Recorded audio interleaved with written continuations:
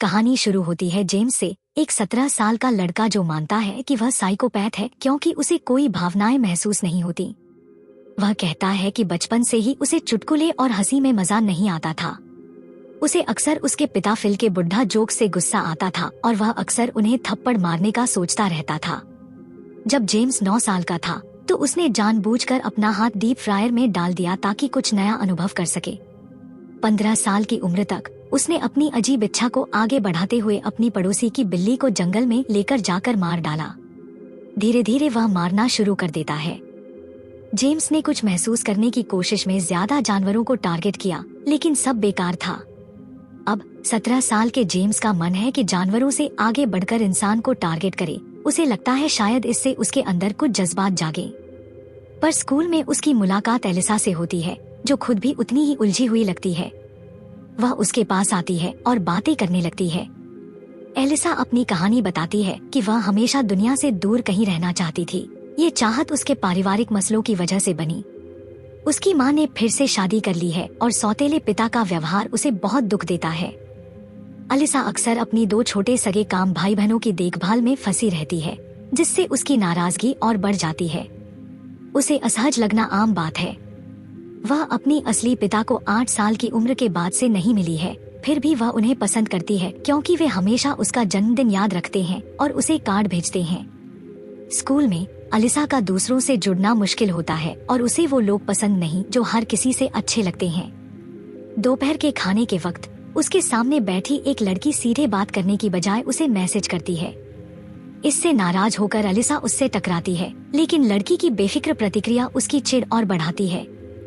उसे और भी ज्यादा नापसंद करते हुए गुस्से में वो अपना फोन तोड़ देती है और गुस्से में चली जाती है। चलते चलते वो जेम्स को अकेले बैठे हुए देखती है और उसके पास जाने का फैसला करती है। सोचती है कि शायद वही कोई है जो उसे समझ सके। वो उसकी स्केटिंग की कौशल की आलोचना करते हुए बातचीत शुरू करती है, जिससे जेम्स की दिलचस्पी जागती है। मन ही मन जेम्स सोचता है कि एलिसा उसके लिए एक सही निशाना हो सकती है। स्कूल के बाद एलिसा जेम्स को अकेले बैठे हुए पाती है और सोचती है कि वह उसका इंतजार कर रहा था। जेम्स उसका मन बहलाता है, मानो वह उसकी तरफ दिलचस्पी रखता हो, और वो देर न करते हुए उसे चूम लेती है। साथ में चलते हुए एलिसा कहती है कि उसका फोन टूट गया है और वो अब आपस में मैसेज नहीं कर सकते। जेम्स ने बिल्कुल भी फर्क नहीं पड़ता जैसे कहता है कि उसके पास भी फोन नहीं है और बेरुखी से पूछता है कि क्या वह उसके साथ डेट पर जाएगी। एलिसा मान जाती है। वे एक लोकल रेस्टोरेंट जाते हैं। जब वेट्रेस उनके ऑर्डर लेने आती है तो एलिसा बदतमीजी से एक चम्मच मांगती है। वेट्रेस बुरी तरह नाराज होकर कहती है कि ऐसे शब्द इस्तेमाल करना मना है। एलिसा माफी मांगती है, लेकिन फिर सटायर में कहती है कि उसे एक बड़ा किला चाहिए। इससे वेट्रेस का गुस्सा 7वें आसमान पर पहुंच जाता है। किसने सिक्योरिटी को बुलाया? इस पर एलिसा गुस्से में बाहर निकल गई, गाली देते हुए। जेम्स को समझ आ गया कि एलिसा के भी अपने मानसिक समस्याएं हैं। बाद में एलिसा पूछती है कि क्या वह जेम्स के घर आ सकती है। जेम्स हैरान होता है, लेकिन इसे अपनी योजना को पूरा करने का बढ़िया मौका समझता है। जब वे वहां पहुंचते हैं तो एलिसा को घर थोड़ा अजीब लगता है और वो इतने सारे खिड़कियों पर टिप्पणी करती है। वह एक तस्वीर देखती है और उसके बारे में पूछती है। जेम्स बताता है कि वो उसकी माँ है, जो इस समय जापान में है। फिर एलिसा जेम्स को अनुचित तरीके से छूती है, जिससे जेम्स को एहसास होता है। वो इस बात के ख्यालों में पूरी तरह डूबी रहती है कि इसे करना है। इसी बीच एलिसा रसोई में जाती है और अपने लिए एक पूरा जल चुका टोस्ट बनाती है, जबकि जेम्स उसके पीछे खड़ा गहरा सोच में डूबा होता है कि कैसे उसे मार सके। ठीक उसी वक्त फिल घर आता है और एलिसा को जेम्स के साथ देख हैरान हो जाता है। वह मजाक में कहता है कि उसने सोचा था जेम्स गे होगा, लेकिन उसे ये देख के राहत मिली कि वह स्ट्रेट है। लेकिन एलिसा पलट कर कहती है कि उसे नहीं लगता जेम्स स्ट्रेट है। उसे लगता है कि वह एसेक्सुअल हो सकता है। बाद में छत पर घर में एलिसा सीधे जेम्स से पूछती है कि क्या उसने कभी किसी लड़की के साथ सोया है। जेम्स मन ही मन सोचता है कि इस मौके पर आत्मविश्वास जरूरी है, इसलिए वह झूठ बोलकर कहता है कि वह कई लड़कियों के साथ सो चुका है। फिर एलिसा कैजुअली कहती है कि वह अगले दिन सुबह 11 बजे वापस आएगी, उम्मीद करके कि जेम्स उसके साथ सोएगा। अगले दिन सुबह 11 बजे जेम्स घर पर रहा होता है, पूरी तरह तैयार। उसने एक चाकू छुपा रखा है, सोचकर कि जैसे ही एलिसा आएगी वह उसे मार देगा। लेकिन 11 बजने के बाद भी एलिसा नहीं आती। इस बीच एलिसा घर छोड़ने ही वाली होती है कि उसकी माँ ग्वेन उसे रोकती है और पारिवारिक कार्यक्रम में मदद मांगती है। एलिसा बताती है कि उसे कहीं जरूरी जाना है, लेकिन ग्वेन के जबरदस्ती करने पर वह मन ही मन मना मान जाती है। कार्यक्रम के दौरान एलिसा मेहमानों को मिठाई बांटती रहती है, जिससे वह पूरी तरह थक जाती है। कार्यक्रम के बीच में उसका ससुर टोनी उसे ड्रिंक ऑफर करता है। एलिसा ठंडे अंदाज में कहती है कि उससे कुछ उम्मीद न रखे, लेकिन टोनी बिना किसी हिचकिचाहट के ठीक नहीं तरीके से उसे छूता है। ग्वेन यह देख लेती है, लेकिन कुछ नहीं कहती। एलिसा महसूस करती है कि कोई बड़ी गंभीर बात गलत हो रही है। टोनी हदें पार कर रहा है और उसकी माँ की खामोशी भी उतनी ही परेशान करने वाली है। गुस्से में और निराश होकर एलिसा अपने घर को हमेशा के लिए छोड़ने का फैसला करती है। वह अपने असली पिता लेस्ली का जैकेट पहनती है और भाग जाती है, सीधे जेम्स के घर की तरफ जाती है। जेम्स के घर पहुंचकर एलिसा अंदर घुसती है और अब भी गुस्से में अपनी शर्ट उतारकर सोफे पर बैठ जाती है। जेम्स उसे देखते हुए चुपचाप उस चाकू को निकालने की कोशिश करता है जिसे उसने छुपा रखा था। एलिसा अचानक पूछती है कि क्या वह शहर छोड़कर जाना चाहता है और उसके साथ कहीं दूर चली जाए। जेम्स को समझ आ गया कि अगर उसे मारना है तो उसे धीरज रखना होगा। वो उसकी योजना से सहमत हो जाता है और कहता है कि वो जाने के लिए तैयार है। एलिसा उसे कहती है कि अपने पापा की गाड़ी ले आओ। जेम्स चुपके से चाकू अपनी जेब में रख लेता है। फिर दोनों बाहर निकलते हैं। जैसे ही जेम्स गाड़ी लेकर आता है, फिल घर पहुंचता है और उन्हें देखकर चौंक जाता है। बिना किसी देर के जेम्स फिल के चेहरे पर मुक्का मारता है, जिससे वो गिर पड़ता है और फिर गाड़ी चुरा लेता है। गाड़ी चलाते हुए एलिसा जेम्स से पूछती है, क्या तुम डर रहे हो? जेम्स जवाब देता है। थोड़ी सी हिचकिचाहट के साथ वो मान गया कि शायद वो थोड़ा डर तो रहा है। वहीं एलिसा ने पूरा विश्वास के साथ कहा कि उसे बिल्कुल भी डर नहीं लगता। इससे जेम्स ने सोचा कि हकीकत में उसे डरना चाहिए। फिर दोनों गेमिंग एरिना की तरफ चल पड़े। एलिसा पूरी मन लगाकर खेल रही थी, पूरी तरह खेलों में डूब गई थी, लेकिन जेम्स जैसा कि हमेशा होता है, बिल्कुल शांत और बिना कुछ महसूस किए रह गया। एक जगह एलिसा ने जेम्स से कहा कि वो अपनी जीभ उसके कान में डाल दे। जेम्स बिना ज्यादा सोचे वैसा ही कर देता है। इसके बाद एरिना का मैनेजर ये देख लेता है। वे लोग उनसे परेशान होकर उन्हें बाहर निकाल देते हैं। फिर दोनों किसी बढ़िया रेस्टोरेंट में खाने चले जाते हैं। खाना खत्म करने के बाद एलिसा जेम्स से पूछती है कि क्या उसने पैसे लेकर आए हैं। जेम्स मानता है कि वह पैसे लाना भूल गया। एलिसा बताती है कि उसके पास जो पैसे थे वो उसने गेमिंग एरिना में खर्च कर दिए। दोनों चुपके से बिना पैसे दिए रेस्टोरेंट से निकल जाते हैं और किस्मत से वहाँ के कर्मचारी को कुछ पता नहीं चलता। बाद में जब वे अपनी यात्रा जारी रखते हैं, एलिसा शरारती हो जाती है और जेम्स के कपड़े उतराने लगती है। यह ध्यान भटकने की वजह से गाड़ी कंट्रोल खो बैठती है और पेड़ से टकरा जाती है। दोनों गाड़ी से उतरते हैं और तब गाड़ी आग पकड़ लेती है। जेम्स थोड़ा परेशान है क्योंकि ये गाड़ी उसके पिता की जिंदगी भर की कमाई थी। वे पैदल चलने लगते हैं। जेम्स बिना शर्ट के हाइकिंग करने की कोशिश करता है, लेकिन कोई भी गाड़ी उन्हें रोकती नहीं। आखिरकार एक वैन रुकती है। ड्राइवर, एक बूढ़ा आदमी, उन्हें सवारी की ऑफर देता है और कहता है कि वो दक्षिण की तरफ जा रहा है, अगर वो चाहे तो उसके साथ जा सकते हैं। जेम्स तैयार है, लेकिन एलिसा आदमी पर शक करने लगती है। वह आदमी एलिसा से कहता है कि पीछे की सीट पर स्वेटर पड़ा था। वो उससे जेम्स के लिए लेने को कहता है। फिर वो मजाक में पूछता है कि वे जंगल में क्या कर रहे थे। जेम्स जवाब देता है कि उनके बीच कुछ भी गलत नहीं हुआ था। वह आदमी हंसता है और भरोसा दिलाता है कि उसे उनकी बातों से कोई फर्क नहीं पड़ता, वो पुलिस वाला नहीं है।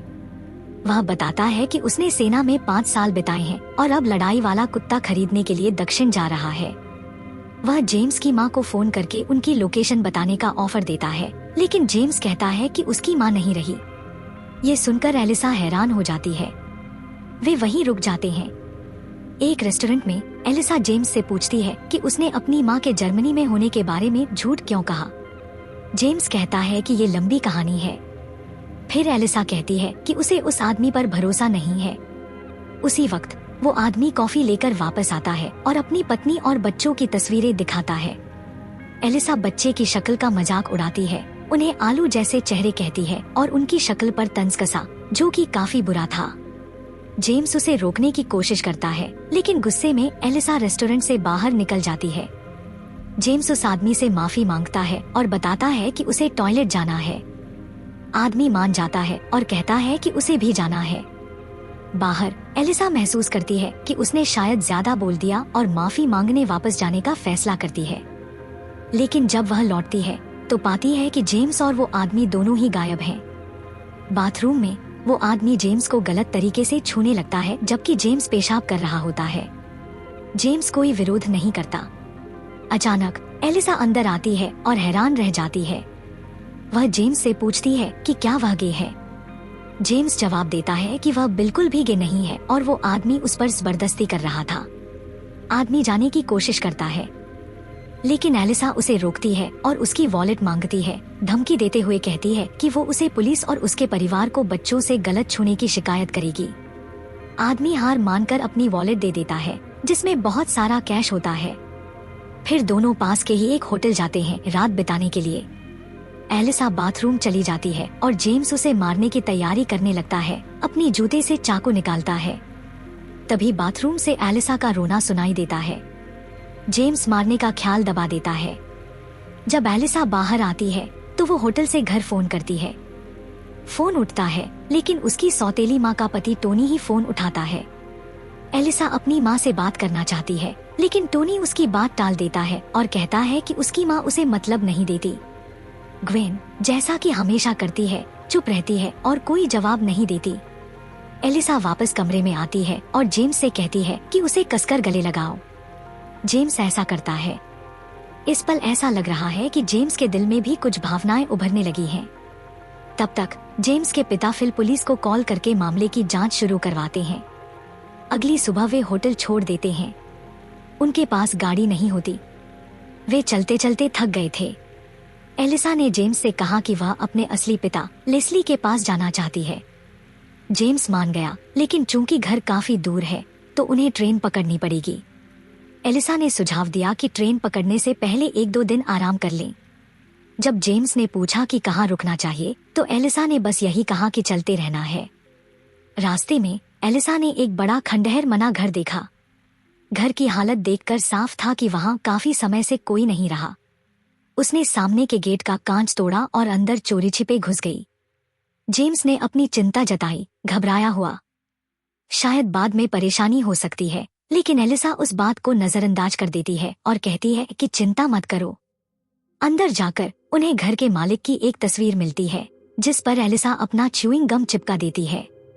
दोनों पूल के पास बैठकर खाना खाने लगते हैं। माहौल को हल्का करने के लिए एलिसा कुछ संगीत चलाती है और डांस करने लगती है। शुरू में जेम्स हिचकिचाता है, लेकिन एलिसा के मनाने पर वह भी शामिल हो जाता है।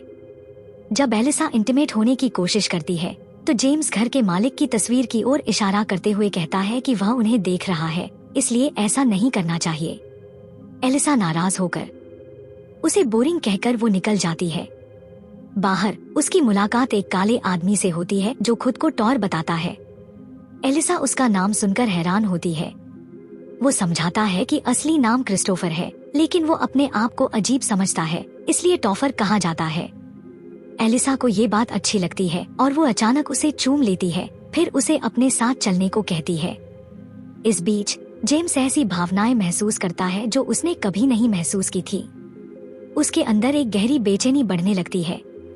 वो फूल लेकर एलिसा के आने का इंतजार करता है, पर वह जल्द ही वापस आ जाती है, एक दूसरे आदमी के साथ।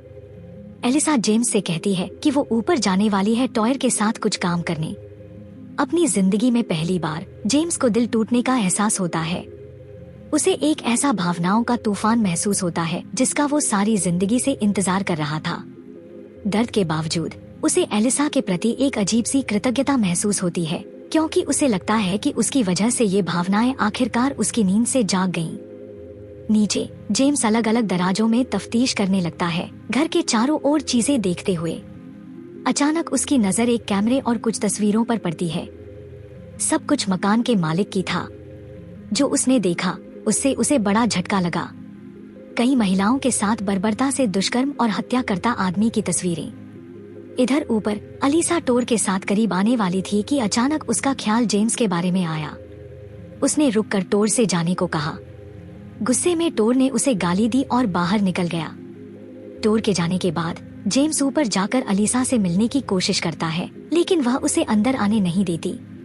जेम्स बाहर इंतजार करता है और सोचता है कि जब वह सो रही होगी तब उसे मार देगा। लेकिन जब वह आखिरकार वो सो जाती है और जेम्स चुपके से अंदर आता है अपनी योजना पर अमल करने के लिए, उसे शांति से सोता देख उसके दिल में नरमी आ जाती है। वह हिचकिचाता है और अपनी योजना को आगे नहीं बढ़ाने का फैसला करता है। इसके बजाय वह उसके पास लेट जाता है और धीरे से उसका हाथ छूता है। ऐसा लगता है कि जेम्स के दिल में उसके लिए असली एहसास आने लगे हैं। उसी वक्त मकान के मालिक प्रोफेसर क्लाइव आखिरकार घर लौटता है। अपने घर की हालत देख वह तुरंत समझ जाता है कि कोई अंदर घुस आया है। वह एक तेज लोहे की रॉड पकड़ता है और चुपचाप ऊपर की तरफ बढ़ता है। जेम्स उसे आता सुनता है और जल्दी से बिस्तर के नीचे छुप जाता है। जब क्लाइव लाइट जलाता है तो वह अपने बिस्तर पर सो रही एक छोटी लड़की को देखता है। उसकी हवस उसे काबू कर लेती है और वह दरवाजा बंद कर देता है। फिर एलिसा को परेशान करने लगता है, यहाँ तक कि जबरदस्ती करने की कोशिश भी करता है। ये सब देखकर जेम्स अब और छुप नहीं सकता। वह बिस्तर के नीचे से कूदकर क्लाइव की गर्दन में चाकू घोंप देता है, जिससे क्लाइव तुरंत मर जाता है। एलिसा भी उसके खून से पूरी तरह लथपथ हो जाती है। एलिसा जेम्स से कहती है कि अब उनकी बड़ी मुश्किल हो गई है और खुद को कोसती है कि क्लाइव के यहाँ घुसपैठ करने की वजह से ये सब हुआ।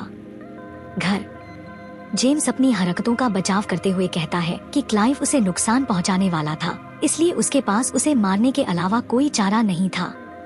एलिसा, जो अभी भी घबराई हुई थी, जवाब देती है कि पुलिस उस पर यकीन नहीं करेगी। वह कहती है कि उन्हें लाश का निपटान करना होगा।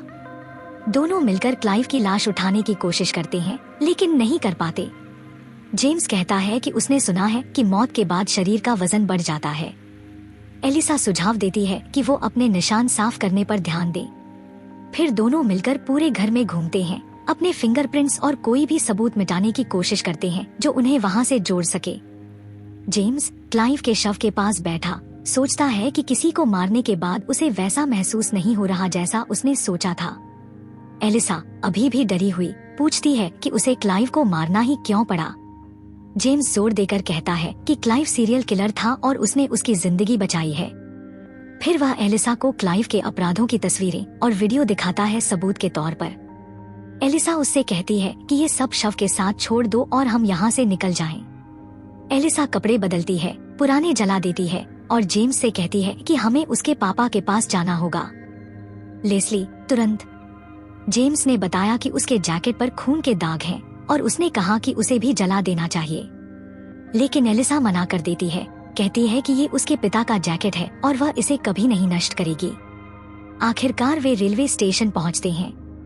एलिसा घबरा रही है, डर रही है कि पकड़े न जाएं, इसलिए वह तय करती है कि उन्हें अपना लुक बदल लेना चाहिए। उसने अपने बाल सुनहरे रंग के कर लिए और जेम्स का नया हेयर कट करवाया। वे नए कपड़े खरीदते हैं और ट्रेन का इंतजार करने लगते हैं। इंतजार करते हुए एलिसा जेम्स से पूछती है कि उसने चाकू कहाँ से लिया। उसने उसके सवाल को अनदेखा कर दिया। इसी दौरान क्लाइव की माँ घर लौटती है। उसका शव देखकर जोर से चिल्लाती है और पुलिस को बुलाती है।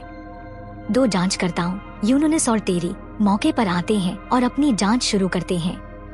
तलाशी के दौरान उन्हें बेड के नीचे टॉफर का वॉलेट मिलता है। वे टॉफर को पूछताछ के लिए लेकर जाते हैं। भावुक होकर टॉफर कहता है कि उसका किसी से प्यार नहीं था। टेरी उससे कहता है कि उन्हें ये नहीं पता करना है कि उसका प्यार था या नहीं, उन्हें सिर्फ लड़की का नाम चाहिए।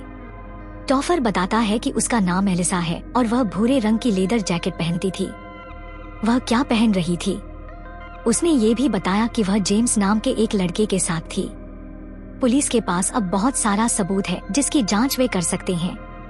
ट्रेन का इंतजार करते हुए एलिसा को भूख लगने लगती है तो वे पास के एक रेस्टोरेंट चले जाते हैं।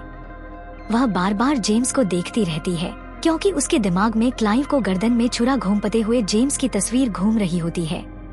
जेम्स उसकी बेचैनी को समझ जाता है और बताता है कि छुरा उसके पिता ने शिकार के लिए जन्मदिन का तोहफा दिया था। एलिसा तब भी असहज महसूस करते हुए पूछती है कि आखिर कोई छुरा लेकर क्यों घूमेगा।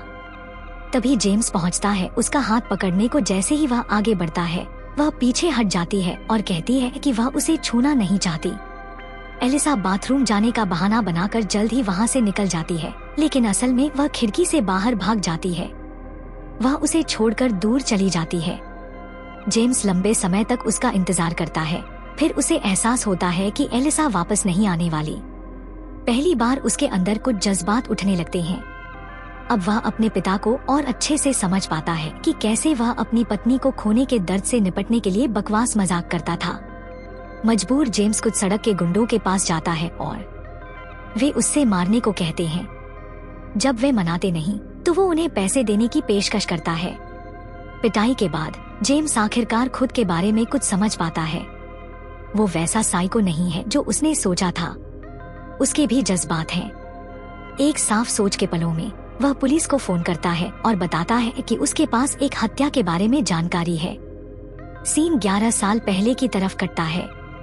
जेम्स एक छोटे लड़के के रूप में अपनी माँ से कहता है कि उसे उस दिन बत्तखें देखने जाना है। उसकी माँ, जो साफ दिखता है कि डिप्रेशन से जूझ रही है, फिल के साथ कोई झगड़ा नहीं कर रही लगती। वहाँ कोई नहीं, बहस नहीं, बस एक अंदरूनी भारीपन था। जेम्स और उसकी माँ पास की एक तालाब की ओर होते हुए बत्तखें देखने जाते हैं। कार से उतरने से पहले उसकी माँ उसे कसकर गले लगाती है और बताती है कि वह उससे बहुत प्यार करती है। जेम्स को पता नहीं है कि उसकी माँ वहाँ अपनी जान देने आई है। जब वह बतखों को खाना देने के लिए बाहर निकलता है तो वह कार तेज करके जानबूझकर तालाब में घुमा देती है। वह डूब जाती है और जेम्स अचंभित होकर बेसहारा देखते रह जाता है कि उसकी माँ वो शर्मनाक कदम उठा रही है। वर्तमान में जेम्स पुलिस स्टेशन में बैठा है, अपने विचारों से जूझ रहा है। वह जेम्स सोचने लगता है कि मर्डर कबूल करना सही फैसला है या नहीं। जब पुलिस वाला उससे पूछताछ करने लगता है तो जेम्स बात बदल देता है और कहता है कि उसकी माँ की मौत 11 साल पहले असल में हत्या थी, आत्महत्या नहीं। पुलिस वाला थोड़ा उलझन में पड़ जाता है और साफ करता है कि उसकी माँ की मौत सच में आत्महत्या थी, हत्या नहीं। जेम्स ऐसे बर्ताव करता है जैसे वो पूरी तरह समझ नहीं पा रहा हो, जैसे कोई मानसिक रूप से परेशान हो। पुलिस वाला कुछ गड़बड़ महसूस करके उसे छोड़ देता है और मामले को खारिज कर देता है। उसे भावनात्मक रूप से अस्थिर बताया गया। इस बीच जासूस टेरी और यूनाइस फिल के पास आगे की जांच के लिए जाते हैं। वे जेम्स के बारे में जानकारी इकट्ठा करते हैं और उसकी पृष्ठभूमि के बारे में अधिक जानकारियां हासिल करते हैं। बाद में वे एलिसा के सौतेले पिता के घर जाते हैं ताकि उसके हत्याकांड में शामिल होने के बारे में पूछताछ कर सकें। यह खबर सुनकर टोनी चौंक जाता है और खुद को इस मामले से अलग कर लेता है। कहता है कि उसका एलिसा से कोई रिश्ता नहीं क्योंकि वह उसकी जैविक बेटी नहीं है। जब टेरी ग्वेन से एलिसा की ताज़ा फोटो मांगता है तो ग्वेन उसे कोई फोटो नहीं दे पाती। यूनाइस ग्वेन की नाजुक मानसिक हालत देखकर जल्दी ही समझ जाता है कि ग्वेन को प्रोफेशनल मदद की जरूरत हो सकती है। इसी बीच एलिसा को माहवारी शुरू हो जाती है और वो अंडरगारमेंट्स खरीदने दुकान जाती है, लेकिन जल्दी ही उसे एहसास होता है कि उसके पास पैसे नहीं हैं। मजबूरी में वो चोरी करने लगती है, पर दुकान का गार्ड उसे चोरी करते पकड़ लेता है। जैसे ही वो उसे तांगा तो पुलिस बुलाने की तैयारी करता है, तभी अचानक कोई ध्यान भटक जाता है। बाहर एक पेरेंट अपने बच्चे को देख नहीं पाता। गार्ड एलिसा से कहता है कि इंतजार करो, मैं आता हूँ। माता पिता की मदद करने गया। मौका पाकर एलिसा दुकान से निकल भागी। बाहर जाते ही उसने पास ही खेलते हुए उस खोए हुए बच्चे को देख लिया। एलिसा ने गहरी सांस ली और मदद करने का फैसला किया। बच्चे को लेकर उसके परेशान माता पिता के पास पहुंच गई। उस पल उसे कुछ सही करने का एहसास हुआ। दूसरी तरफ जेम्स उस रेस्टोरेंट लौट आया जहां एलिसा उसे छोड़ गई थी, उम्मीद करते हुए कि शायद वह वापस आ जाए। वह वहीं बैठा रहा, इस उम्मीद के साथ कि उसने उसे पूरी तरह नहीं छोड़ दिया। दुकान पर वापस वो गार्ड जो खोए हुए बच्चे की समस्या निपटा चुका था। हैरानी की बात यह है कि उसने एलिसा को कुछ बिस्कुट भी दिए, सजा देने की बजाय दया दिखाई। उसने उसे चेतावनी देते हुए छोड़ दिया कि फिर से चोरी न करे। लेकिन जैसे ही एलिसा जाने लगी, उसका गिल्ट थोड़ी देर के लिए गायब हो गया और उसने एक बार फिर से अंदरूनी कपड़े चुराए। लेकिन बाहर आते ही उसे जोर से एहसास हुआ कि जो वो कर रही है वो गलत है। उसने चोरी किए हुए सामान को फेंक दिया। अब पूरी तरह समझ चुकी थी कि ये व्यवहार सही नहीं था, न खुद के लिए और खासकर जेम्स के लिए, जो बस उसे बचाने की कोशिश कर रहा था। वह उससे भागकर उसका दिल तोड़ने का पछतावा है। सब ठीक करने का मन बनाकर अलिसा वापस रेस्टोरेंट जाती है और पाती है कि जेम्स अभी भी उसका इंतजार कर रहा है। गिल्ट से भरकर वह उससे माफी मांगती है और जेम्स भी उस आदमी के मार दिए जाने के लिए माफी चाहता है। उसी पल उनकी दोस्ती फिर से गहरी हो जाती है, पहले से भी ज्यादा मजबूत।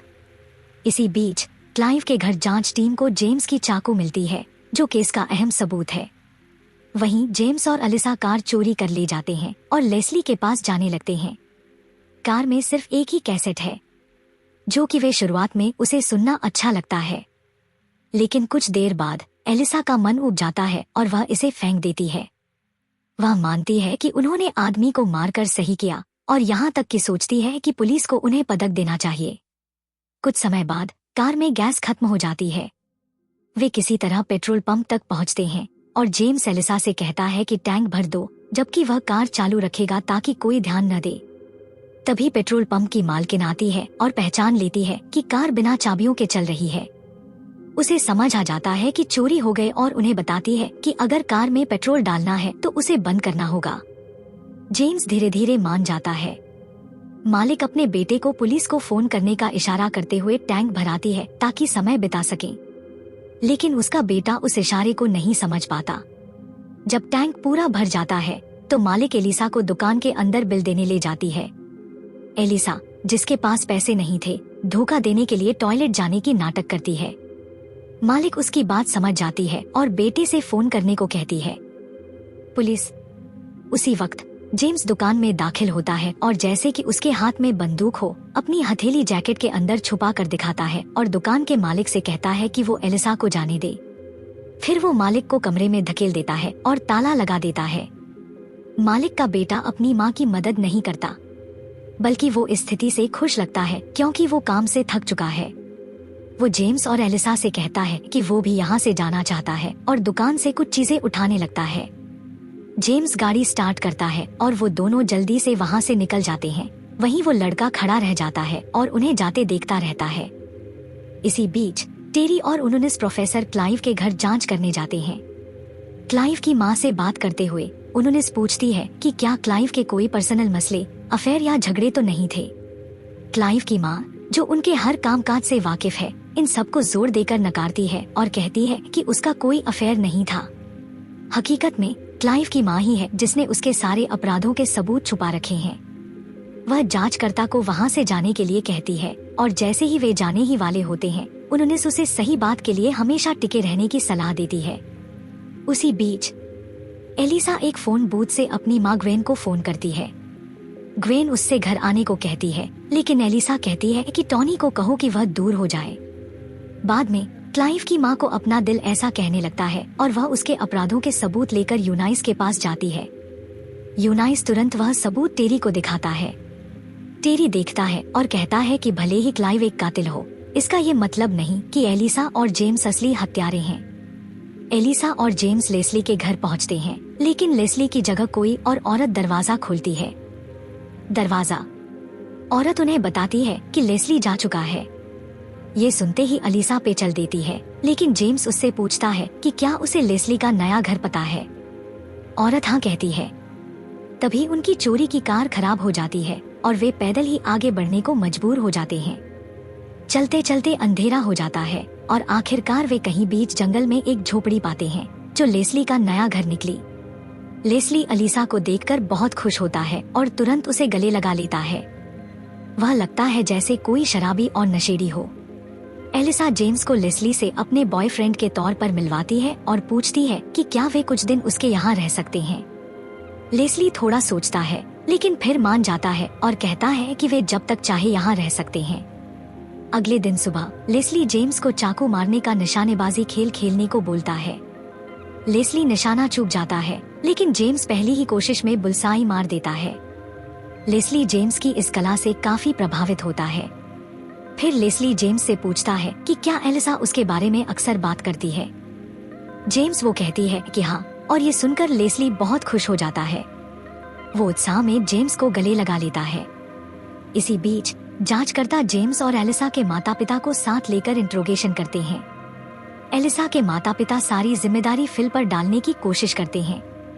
फिल जेम्स की तरफी से बचाव करता है, बताता है कि बचपन में उसने अपनी माँ को खुद को नुकसान करते देखा था, जिससे उसका दिमाग प्रभावित हुआ, लेकिन वह जोर देकर कहता है कि जेम्स इतने गंभीर अपराध करने में सक्षम नहीं हो सकता। यूनोनाइज दोनों बच्चों के लिए दया महसूस करती है। बाद में जेम्स और एलिसा लेस्ली को ड्रग्स की तस्करी में शामिल होते देख लिया गया। जेम्स कहता है कि वहाँ रहना ठीक नहीं होगा, लेकिन एलिसा अपने पापा का बचाव करती है और कहती है कि वो पूरी तरह से सुरक्षित है।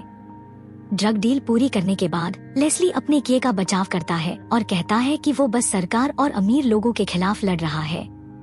माहौल हल्का करने के लिए लेस्ली जेम्स और एलिसा को एक लोकल बार ले जाता है।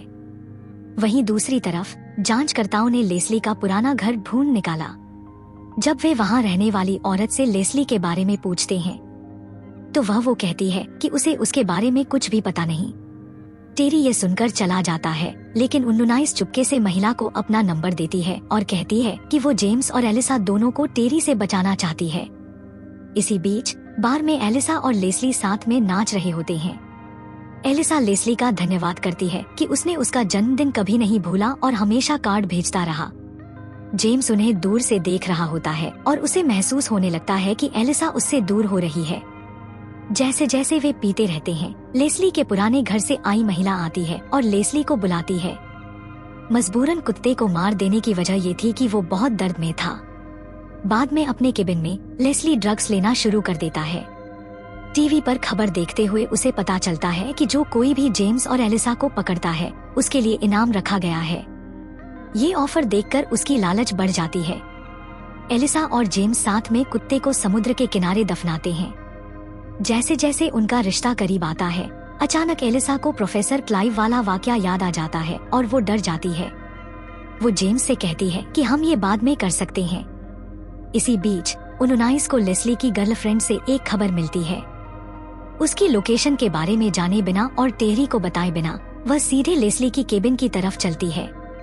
सुबह होती है और जेम्स और एलिसा बीच के पास उठते हैं। एलिसा सुझाव देती है कि वे लेस्ली की नाव लेकर दुनिया के सबसे दूर कोने तक चलें और नई जिंदगी शुरू करें। जेम्स सहमत हो जाता है और दोनों नाव की चाबियां लेने के लिए लेस्ली की केबिन की ओर बढ़ते हैं। यूनोनाइज दूर से केबिन को देख रही होती है। वहीं दूसरी तरफ टेरी पता लगाती है कि यूनोनाइज खुद ही जांच कर रही है। वह यूनोनाइज को एक मैसेज भेजती है और चेतावनी देती है कि अगर वो ये सब अकेले कर रही है, ये बड़ी गलती है। जेम्स और एलिसा उस केबिन में जाते हैं जहां लेस्ली कुत्ते की मौत पर हंस रहा होता है और माफी मांग रहा होता है। जब एलिसा नाव की चाबियां मांगती है तो लेस्ली मना कर देता है और स्वीकार करता है कि उसे पता है कि उन्होंने किसी की हत्या की है और उनके ऊपर इनाम भी रखा गया है। वह उन्हें यकीन दिलाता है कि वह कुछ नहीं बताएगा और उनकी सुरक्षा का वादा करता है, लेकिन एलिसा कहती है कि उसे उसके सारे वादे पता हैं। लेस्ली एलिसा को डांटता है, लेकिन जेम्स बीच बचाव करता है और कहता है कि उससे ऐसे बात मत कर। माहौल तनावपूर्ण हो जाता है, लेकिन लेस्ली वो बात बदलने के लिए चाय बनाने की बात करता है। चाय बनाने का नाटक करते हुए चुपके से पुलिस को कॉल कर फोन छुपा लेता है। फिर कहता है कि दूध खत्म हो गया है, कुछ बिस्किट देने को बोलता है और अलीसा के पास बैठ जाता है। लेस्ली अलीसा से माफी मांगता है कि उसने अपने दूसरे बेटे के बारे में नहीं बताया क्योंकि उसे बहुत शर्म आती थी। वह बताता है कि वह उसका पिता है और वह उससे कुछ भी कह सकती है। भावनात्मक रूप से टूटते हुए अलीसा स्वीकारती है कि उन्होंने एक आदमी को मार डाला क्योंकि उसने उस पर हमला करने की कोशिश की थी। उससे जेम्स को तुरंत कुछ गड़बड़ लगती है। वो जल्दी से पिस्तौल पकड़ता है और छुपा हुआ फोन ढूंढता है। फिर एलिसा को बताता है कि लेस्ली ने पुलिस को कॉल किया है। जब एलिसा लेस्ली की पैसे के लिए धोखेबाजी सुनती है तो वह एक चाकू पकड़कर उसके जांघ में घोंप देती है। तभी यूनोनाइस अंदर आती है, जो देखती है उससे दंग रह जाती है। जेम्स पिस्तौल पकड़कर खड़ा है और लेस्ली की जांघ से खून निकल रहा है। वहीं टेरी उनकी लोकेशन पकड़ लेता है और पूरी पुलिस फोर्स के साथ वहां पहुंचता है। दूसरी तरफ यूनोनाइस दोनों को समझाने की कोशिश करती है कि वह उनकी मदद करने आई है, पुलिस नहीं। वो उन दोनों को बताती है कि उनके पेरेंट्स उनकी बहुत चिंता कर रहे हैं। वो जेम्स को जन्मदिन की शुभकामनाएं देती है और कहती है कि आज जेम्स 18 साल का हो गया है। एलिसा ये सुनकर हैरान हो जाती है और जेम्स से कहती है कि अगर वो पहले बताता तो वो उसे गिफ्ट लेकर आती। इसी बातचीत के बीच लेस्ली बीच में फटकर कहता है कि उन दोनों को यूनियनिस्ट की नहीं सुननी चाहिए क्योंकि वो उन्हें जेल में डालने की कोशिश कर रही है। एलिसा जवाब देती है, कमाल है कि खुद लेस्ली ने फोन किया, पुलिस को बताया था, लेकिन अब ऐसा कह रहा है। लेस्ली समझाता है कि उसने ये सब इसलिए किया ताकि वो परेशान न हो। एलिसा गुस्सा हो जाती है और लेस्ली के पैर पर लात मारती है जिससे उसे दर्द होता है। फिर वो कहती है कि अगर वो अपने बच्चों को ठीक से बड़ा नहीं कर सकता तो उन्हें जन्म ही क्यों देता है। एलिसा लेस्ली से पूछती है कि क्या उसने सच में इतने सालों से जन्मदिन के कार्ड भेजे थे या उसकी माँ ग्वेन ने लिखे थे। लेस्ली मानता है कि कार्ड वो नहीं बल्कि उसकी माँ ग्वेन ने खुद लिखे थे। अलीसा का दिल टूट जाता है क्योंकि जिसे वह पिता जैसा समझती थी वह उसका दुश्मन निकलता है। लेस्ली समझाने की कोशिश करता है लेकिन अलीसा उससे चुप रहने को कहती है। फिर अलीसा उन्होंने से पूछती है कि अगर वे अब हार मान ले तो क्या उन्हें जुवेनाइल सेंटर में रखा जाएगा और क्या वह और जेम्स साथ रह सकेंगे। उन्होंने जवाब देती है कि ऐसा होना मुश्किल है। अलीसा माफी मांगती है और फिर उन्होंने को बेहोश कर देती है सिर पर वार करके। जेम्स नाव की चाबी लेता है और दोनों नाव की तरफ भागते हैं। जैसे ही वे बीच पर पहुंचते हैं जेम्स अलीसा से कहता है कि उसे पुलिस को बताना चाहिए कि उसने उसे अगवा कर रखा था ताकि वह आजाद हो सके और उसे कुछ नहीं होगा। लेकिन अलीसा मना कर देती है और जोर देकर कहती है कि उन्हें साथ में भाग जाना चाहिए। जेम्स माफी मांगता है पर एक पल की हताशा में वह अलीसा के सिर पर हाथ मार देता है और उसे बेहोश कर देता है। फिर तट की ओर भागता है। पुलिस सही समय पर पहुंच जाती है और अलीसा को पकड़ लेती है। वे जेम्स पर गोली चलाने लगते हैं जब वह भाग रहा होता है। भागते हुए जेम्स सोचता है कि आज उसका 18वां जन्मदिन है। अब जाकर उसे समझ आ रहा है कि रिश्तों का असली मतलब और वो जज्बात जो वो सालों से खोज रहा था, आखिरकार उसे वो एहसास मिल गया जो वो इतने वक्त से ढूंढ रहा था।